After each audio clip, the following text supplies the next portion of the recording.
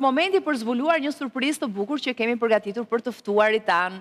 Së bashku me Arlindën, do të kemi një dhuratë për çdo të ftuar sot këtu. Pikërisht është romani Lartësitë e stuhishme të Emily Brontë, dhe që është një roman dashurie i mrekullueshëm për të gjithë ata romantikët që duan të jetojnë një histori të mrekullueshme dashurie. Ky është romani që duhet lexuar. Edhe tani një sidomos jeni në këtë atmosferë dhe madje unë sugjeroj të lexohet përpara se të shihni filmin, sepse bukuria aty është. Jo, libri dhe më pas ti bën edhe krahasimin kur sheh filmin. Njëkohësisht filmi ka dalë edhe është duke u shfaqur aktualisht edhe në kinemat tona. Shiriti që ju keni shtuar është pikërisht edhe tani edhe filmi më i ri i Hollywoodit nga botime Dudaj. Rutina më erdhi shumë. Shpërndajmë një herë dhe pastaj ti do ta tregosh, sepse kemi menduar sot me që është Valentini, tham t'ju bëjmë nga një dhuratë. Unë po e mbaj këtë se është për mua, të falenderoj shumë Arlinda. Ndërkohë, Erieta, ky është për ty. Faleminderit. Nga një libër me një histori të mrekullueshme dashurie nga shtëpia botuese Dudaj. Në fakt, nga shtëpia botuese Dudaj Mezimi i presim dhuratat dhe është kënaqësi më e madhe të shkosh të marrësh atë gjithmonë bestseller dhe çdo sugjerim që ata kanë. Në datë 14 isha përgatitur një dhuratë për Nusën. Ja ku e ke. Unë do t'i çoj sepse ajo është pasionante mas librave dhe ç'është sot mbrëmje, sot mbrëmje. Lexosh një libër lidhur me dashurinë. Faleminderit Thomas. Faleminderit. Është zgjedhje shumë e mirë. Është zgjedhje shumë e mirë. Unë e falenderoj. Jo vetëm për Valentin, kjo është një dhuratë fantastike që mund ta bësh kurdo për njeriu e zemrës. Unë e falenderoj Arlindën për dhuratën, dhurata më e bukur që ka marrë këtë vit për San Valentin. Menduam ne se ishte ideja jote. Arlinda e vërtet ideja Rudinës edhe Arlindës. Ishte dita sot për të bërë fiks një dhuratë të tillë. Po bëjmë Rutina është nga ato gazetare që i kushton një kujdes shumë të madh librit dhe për mua është kënaqësi shumë e veçantë. Natyrisht ky libër veçanërisht. Ky libër veçanërisht është një libër në fakt është letërsi klasike. Emily Brontë është njëra nga motrat Brontë që ka shkruar këtë libër të jashtëzakonshëm i cili është i paruar, do të thënë ka shkruar në 1850-ën. Jemi duke folur për një nga ato dashurit për cilat po flisnim, dashurit e forta më herët, po. Dhe më erdhi shumë mirë në fakt që kinemaja, nuk e di se si ndodh me filmat, po i la të njëjtin titull, Lartësitë e stuhishme, se kjo është nga Wuthering Heights, që është romani i Emily Brontë dhe mendova ata zgjodhen këtë gjë, që është një titull që e ka përzgjedhur Ami Karsërua para shumë vitesh kur ne botuam këtë libër. Është historia e Catherine edhe e Heathcliffit. Në fakt, dy personazhe shumë të ndryshëm nga njëri tjetri, ngjarjet zhvillohen dhe kuptimi i lartësive të stuhishme është vendi ku ishte kjo shtëpia e kësaj familjes fistike, aristokrate angleze, madje skoceze. Dhe në fakt është bërë një punë e jashtëzakonshme nga Amikut për shkak se një pjesë e mirë e dialogjeve janë atë gjuhën e vështirë Scottish. Dhe është një përkthim i mrekullueshëm dhe është dashuria pikërisht e këtyre e pamundur, dashuria e pamundur e vajzës aristokratit. Nuk do të them shumë për librin sepse duhet lexuar. Ka shumë njerëz që kanë lexuar dhe e dinë historinë, por është një histori në fakt gati e pamundur për shkak se djali i përkiste edhe ishte djali i birësuar, që ai e mori e gjeti dhe solli në shtëpi dhe ishte gypsy, në fakt ishte rom, le ta quajmë. Kështu që ishte një dashuri gati e pamundur, por ishte i jashtëzakonshme. Dhe skenat e dashurisë që janë dhe duke përfunduar tek fundi që unë nuk e them, janë të mahnitshme. Edhe flet në fakt për ato dashuritë që po thoshte edhe zonja dhe që po thoshte edhe Zediu, për ato dashuritë e përjetshme. Më ideali për të dhuruar aktualisht. Si vijnë provokimet. Unë kam në dorë një libër më nxit, ta përfundoj Dashuritë e mëdha në Shqipëri. Dhe më nxit ta sjell tek ju për botim sepse shkon për inerci. Shumë mirë, do të shkosh më bukur edhe pastaj në studio këtu te ne.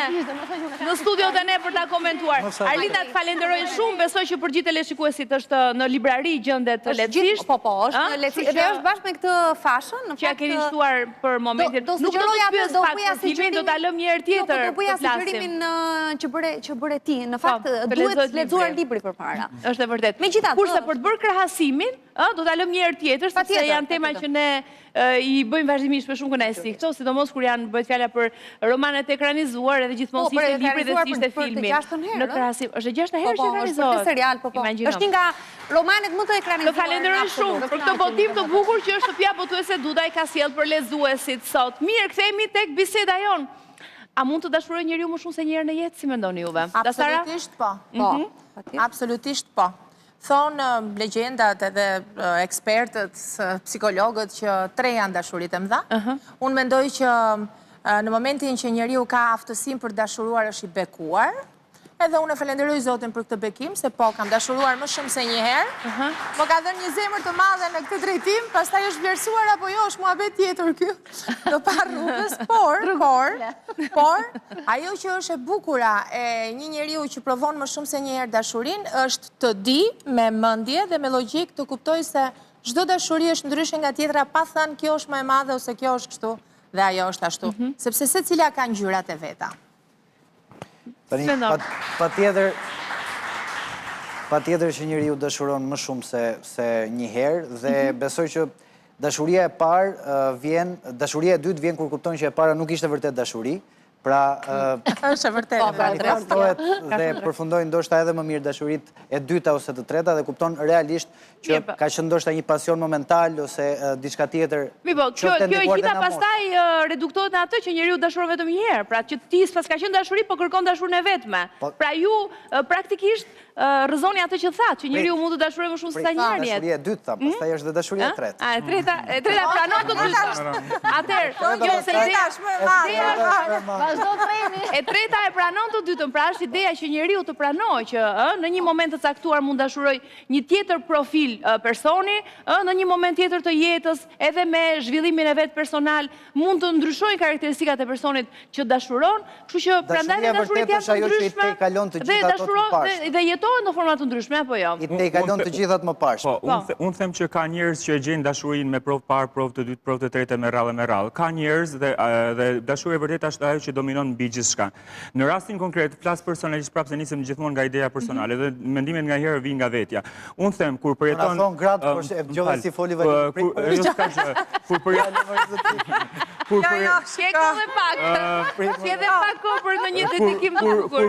përjeton dashurinë e parë, kur thu për herë të parë të dua dikujt, edhe në rastin tim që vetëm gruas tim i kam thënë të dua, mendoj që ke kohën, ke mundësinë që ta bësh që kjo dashuri të jetë e përjetshme. Nëse ndodh larg qoftë mos u sprovosh, apo nëse ndodh seriozisht do i futem më edhe herë asaj rruge. Jo, këtë mos e thuaj, por unë vërtet më ka ndodhur të dashuroj më shumë se një herë, po i kam zili ato që kanë fat që në fillim dhe zgjat ajo e parë. Pra, çështje e parë si ndodh. I bie tjetër në rastin tim. Po, Rieta, si është përgjigjja jote? I bie tjetër në rastin tim, domethënë që unë, sa të thotë motra, nuk kam provuar të dytë. Tash jam në një moshë që nuk besoj. Në një moshë pra ti dashuri në këtë moshë, nuk beson tek dashuria në këtë moshë, sepse kemi dëgjuar plot histori reale. Dashuria s'ka moshë. Nuk është se nuk besoj, po. Shiko, libra kemi lexuar plot kur ke përjetuar, nuk jam absolutisht nuk jam kontra, dhe nuk them që wow, mua unë burin edhe absolutisht.